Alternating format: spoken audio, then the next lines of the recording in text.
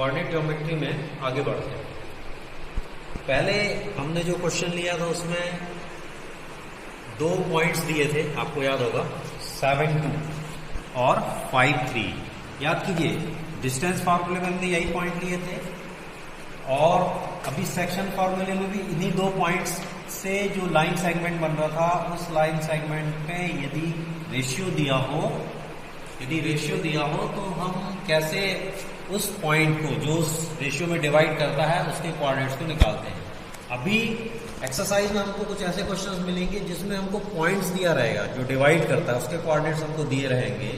Line segment जिन 2 points से मिलकर के बन रहा है ए बी, वो हमको दिया होगा, बट क्या नहीं दिया होगा? रेशियो नहीं दिया होगा। तो in what ratio does the point 31 divided by 5, 0 divide the line segment joining the points A 7, 2 and B 5, -3। अभी इसको कैसे करेंगे? तो रेशियो नहीं दिया है तो let the ratio is K ratio 1। ये हमने रेशियो को ले लिया।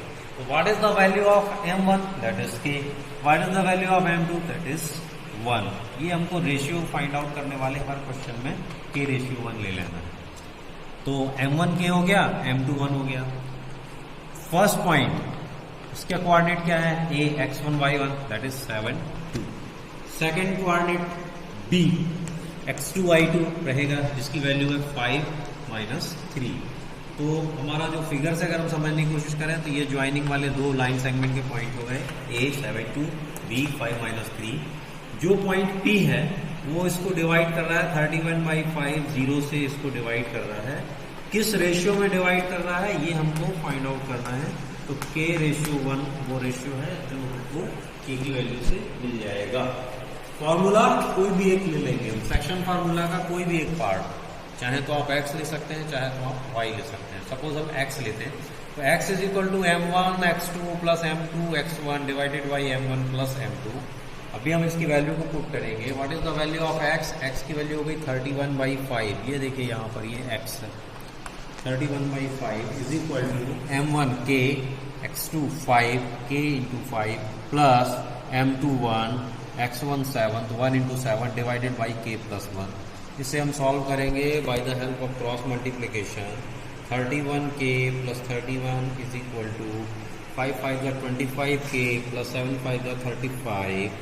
ट्रांसपोज करेंगे 31k minus 25k minus 35 plus 31 is equal to 0। That means 6k minus 4 is equal to 0। Transpose किया 6k is equal to 4, then k is equal to 4 divided by 6 that is 2 ratio 3। तो value of k is 2/3। तो ratio क्या है? Ratio को हमने k ratio 1 माना हुआ है। k रेशियो 1, k की वैल्यू पुट की 2/3 रेशियो 1, क्रॉस मल्टीप्लीकेशन से 2 रेशियो 3 k की वैल्यू होगी। आपको याद होगा इसके जस्ट हमने जो पहले वाला क्वेश्चन था उसमें हमने बोला था कि 2 रेशियो 3 अगर रेशियो दिया है तो उस पॉइंट के कोऑर्डिनेट्स क्या होंगे। तो पॉइंट्स के कोऑर्डिनेट्स हमने निकाले थे प्रीवियस एग्जांपल में 31/5 और 0। अभी हमने क्या किया है? अभी हमने पॉइंट दे दिया 31/5, 0 दे दिया और रेशियो पूछ लिया। तो रेशियो को हमने 2 रेशियो 3 निकाला। तो इससे आप इस एग्जांपल से आप पहले वाले एग्जांपल को कोरिलेट कर सकते हैं। पर्पस यही है कि इस कोऑर्डिनेट ज्योमेट्री में जितने टाइप के क्वेश्चन हैं उन सारे टाइप के क्वेश्चंस को किसी एक पर्टिकुलर एग्जांपल से कवर करने की कोशिश की जाए। इसी कोशिश में अभी हम लोग देखते हैं मिड पॉइंट और ट्राई सेक्शन जो होता है वो कैसे निकाला जाता है। तो आइए मिड पॉइंट के लिए देखते हैं। Find the midpoint of the line segment joining the point A 7, 2 and B 5, -3। So see here again example वही है, आपको याद होगा कोऑर्डिनेट्स हमने सेम लिए हैं। अभी हमने क्या किया? इस लाइन सेगमेंट का मिड पॉइंट क्या होगा वो हमको निकालना है। तो value of x1 y1 is 7, 2, value of x2 y2 is 5, 3 या 5, -3 ये आपको पता ही है। Let the coordinate of the midpoint is x, y. Then what is the formula? Formula is x is equal to x1 plus x2 divided by 2 and y is equal to y1 plus y2 divided by 2. So x is equal to 7 plus 5 divided by 2 and y is equal to 2 plus -3 divided by 2. What is the value of 2? What is the value of y1? That is 2. What is -3? -3 is the value of y2. Similarly, x1 value is 7, x2 value is 5, so x is equal to 6 and y is equal to minus 1 by 2. So we can say that the midpoint is 6 minus 1 by 2. ये midpoint हो गया. Okay, आगे find the trisection points coordinates of the line segment joining the point A 7 2 and B 5 minus 3. देखिए फिर वही question है, question में हमने चेंज नहीं किया है. अभी हमने ये लाइन सेगमेंट जो ए बी लिया हुआ है उसके कोऑर्डिनेट 7 2 और 5 माइनस 3 एज इट इज जो हम पहले के एग्जांपल्स को दे रहे हैं. लेकिन अभी इस लाइन सेगमेंट को हमने क्या किया हुआ है, ट्राइसेक्ट किया हुआ है. ट्राइसेक्ट मैंने आपको बताया था ऐसे तीन पार्ट्स जो इक्वल हो, तो तीन पार्टीशन लाइन सेगमेंट के होना चाहिए. These three partitions are equal, तो इसको हम बोलते हैं ट्राइसेक्शन. तो ट्राइसेक्शन करने के लिए हमको क्या करना पड़ेगा, दो पॉइंट लेने पड़ेंगे. Suppose first point is P, second point is Q. तो फर्स्ट पॉइंट ए से पी तक की एक पहला सेक्शन, पहला पार्ट हुआ, फिर पी से क्यू दूसरा पार्ट हुआ, फिर क्यू से बी तीसरा पार्ट हुआ. इस प्रकार से हमने ट्राइसेक्शन इसका कर दिया है. तो let points P and Q are the coordinates which divides the line segment AB by trisection. अभी ट्राइसेक्शन है तो हम क्या करेंगे, सबसे पहले पॉइंट P का कोऑर्डिनेट फाइंड आउट करने की कोशिश करेंगे. तो पॉइंट P का कोऑर्डिनेट अगर हमको लेना है तो पॉइंट P पर ये हो गया फर्स्ट और ये हो गया 1 + 1 दैट इज 2. तो 1:2 का रेशियो होगा. तो x is equal to m1 x2 plus m2 x1 divided by m1 plus m2. ये सेक्शन फॉर्मूला है, अब तक आपको सबको लर्न हो गया होगा. इसमें m1 की वैल्यू हम 1 पुट करेंगे, m2 की वैल्यू हम 2 पुट करेंगे, x2 x1 m1 m2 ये सब आप जानते हैं. So x is equal to 1 multiplied by 5 plus 2 multiplied by 7 divided by 1 plus 2 that is 19/3. ये होगी हमारी x की वैल्यू. Now, what is the value of y? Y is equal to m1 y2 plus m2 y1 divided by m1 plus m2. अगर हम value put करेंगे 1 multiplied by -3 plus 2 multiplied by 2 divided by 1 plus 2 that is 1/3. So the coordinates of P is 19/3 and 1/3. ये first coordinate हो गया, पहला जो point था P, जो इसको 1:2 में डिवाइड कर रहा था. Similarly we can also find the coordinates of Q. तो कोऑर्डिनेट्स ऑफ Q के लिए पहला पॉइंट P जो हमको मिला हुआ उसके कोऑर्डिनेट्स तुमको मिल गए 19/3 and 1/3. For the point of Q similar है, केवल हमारा रेशियो चेंज होगा. सी द पिक्चर, यहां पर अब हम Q ले रहे हैं तो 1 पार्ट मतलब यहां से लेके यहां तक हमारा 2 रेशियो हो गया और Q से लेकर B तक रेशियो 1 हो गया. तो अभी 1:2 से कन्वर्ट हो गया, किसमें चेंज हो गया, 2:1 में.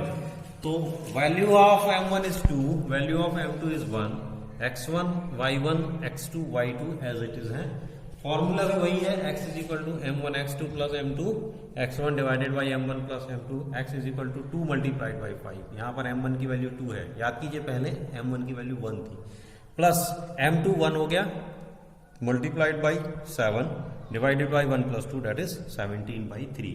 Similarly we can also find the value of y. y is equal to 2 multiplied by -3 plus 1 multiplied by 2 divided by 1 plus 2 that is -4/3. So the coordinates of the point Q xy is equal to 17/3 and -4/3.